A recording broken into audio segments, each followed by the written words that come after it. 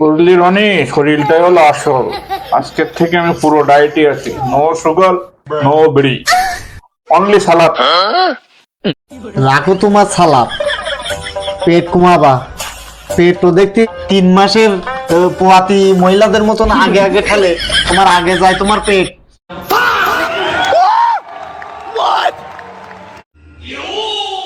ও শাওন রে, তুই ডায়েট করবি? তাহলে যে 3 প্লেট খাচ্ছি তুই একলা সাবার করলি, তুই কি মুই দেখি না? এই সময় কি তোর ডায়েটের কথা মনে ছিল না? কি রে, পাশের বাসার হাসান মাসের দোষে তাদের রুমি নাকি বাড়ি থেকে মেজবাড়ির মাংস এসেছে, হ্যাঁ আমাদের সবাই খাতে দেখতি।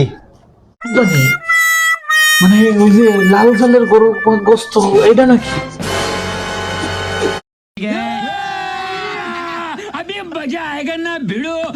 ও ভাই, লগে তো আবার গরম চাউলের রুটিও কইলো আছে, মুই তো গেলাম। ওরে মা, তাহলে ডায়েটের কি হবে?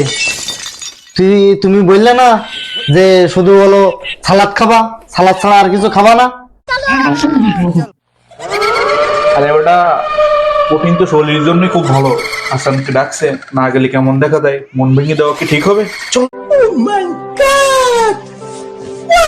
চল চল চল চল চল চল। এরে শাওন, তুই ডায়েটের আগে তুই হাসানের সময় বসে যাবি, তোর ম্যাথ দিয়ে অনেক কমে গেছে। বেটা কথা কম খাও, না হইলে রনি গরুর মাংস বড় টুকরা খেয়ে ফেলবে। তাড়াতাড়ি এসো, খাও তুই।